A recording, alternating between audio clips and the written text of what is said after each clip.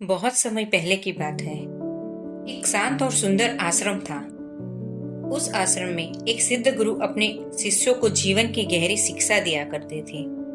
गुरु जी का ज्ञान अथाह था और उनके सिखाने का तरीका अद्भुत। उन्हीं शिष्यों में दो शिष्य थे।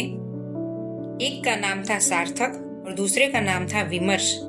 सार्थक स्वभाव से बहुत मेहनती, विनम्र और सकारात्मक सोच वाला था। वो हमेशा अच्छे शिष्यों और ज्ञानियों की संगत में रहता था। उसका मानना था कि अगर किसी काम में सफलता चाहिए तो उसके आसपास का माहौल और साथ में रहने वाले लोग बहुत मायने रखते हैं। इसके विपरीत विमर्श थोड़ा आलसी और हर बात में नकारात्मकता खोजने वाला था। वह अक्सर ऐसे लोगों के साथ बैठता जो सिर्फ शिकायतें करते थे, परिश्रम से भागते थे और दूसरों की आलोचना करते थे। एक दिन गुरुजी ने दोनों शिष्यों को पास बुलाया और उन्हें एक अनोखी चुनौती दी। गुरुजी ने सार्थक को एक छोटा चमकदार सफेद पत्थर दिया और विमर्श को भी वैसा ही एक पत्थर दिया। गुरुजी ने कहा, वत्स, तुम दोनों ये पत्थर लो। सार्थक, तुम इस पत्थर को एक सप्ताह के लिए उस फूलों के बगीचे के बीच में रखना जहाँ सबसे खुशबूदार और रंगीन फूल खिलते हैं। और विमर्श, तुम अपने पत्थर को एक सप्ताह के लिए उस कूड़े के ढेर के पास रखना जहाँ सबसे अधिक गंदगी और दुर्गंध है। दोनों शिष्यों ने गुरुजी के चरणों में सिर झुकाया और चुनौती स्वीकार कर ली। ठीक एक सप्ताह के बाद गुरुजी ने दोनों शिष्यों को फिर बुलाया और उनके पत्थर वापस मांगे। सार्थक ने जैसे ही अपना पत्थर गुरुजी के सामने रखा, वह पत्थर पहले की तरह ही सफेद और चमकदार था, लेकिन उसके अंदर से भीनी भीनी अद्भुत फूलों की खुशबू आ रही थी। उस पर कोई दाग नहीं था।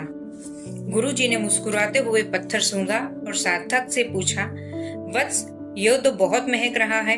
तुम्हें कैसा महसूस हुआ जब तुम इसे रोज बगीचे में रखते थे? सार्थक ने कहा, गुरुदेव, मैं रोज देखता था कि यह पत्थर उन सुंदर फूलों की संगत में है। हालांकि यह पत्थर है, पर उन फूलों की सकारात्मक ऊर्जा और खुशबू ने इसे इतना पवित्र और सुगंधित बना दिया। मुझे हर बार उसे देखकर एक शांति और सकारात्मकता का अनुभव होता था। अब विमर्श की बारी आई।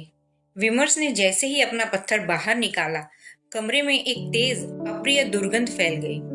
पत्थर पर गंदगी के छींटे थे और वह देखने में बहुत ही भद्दा लग रहा था। गुरुजी ने उदासी से पत्थर देखा और विमर्श से पूछा, वत्स, यह पत्थर इतना गंदा क्यों हो गया है? विमर्श ने सिर झुकाते हुए कहा, गुरुदेव, इसे एक सप्ताह तक कूड़े के ढेर के पास रखा गया। उस जगह की गंदगी और नकारात्मकता पत्थर में समा गई। जब मैं इसे रोज लेने जाता तो मुझे खुद भी घिन और बेचैनी महसूस होती थी। पत्थर की अपनी कोई गलती नहीं है, यह सिर्फ संगत का परिणाम था। गुरुजी ने दोनों पत्थरों को अपने हाथ में लिया, एक खुशबूदार और दूसरा दुर्गंध भरा। गुरुजी ने गंभीर स्वर में कहा, देखो, ये दोनों पत्थर एक जैसे ही थे। इनका मूल स्वभाव एक ही था, लेकिन एक सप्ताह की संगत ने इनके परिणाम को पूरी तरह बदल दिया। तुम मनुष्य भी इन पत्थरों की तरह ही हो।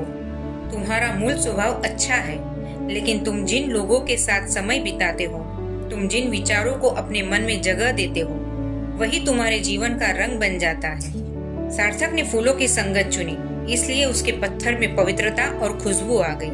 ठीक वैसे ही जो व्यक्ति ज्ञानी, परिश्रमी और सकारात्मक लोगों के साथ रहता है, उसके विचार और कर्म भी उन्हीं की तरह सुगंधित और फलदायी हो जाते हैं।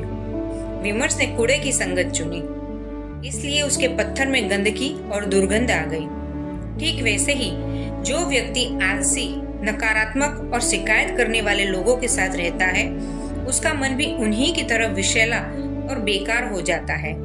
याद रखो, संगत केवल लोगों की ही नहीं होती, यह उन किताबों, उन सोचों और उस माहौल की भी होती है जिनमें तुम खुद को देखते हो।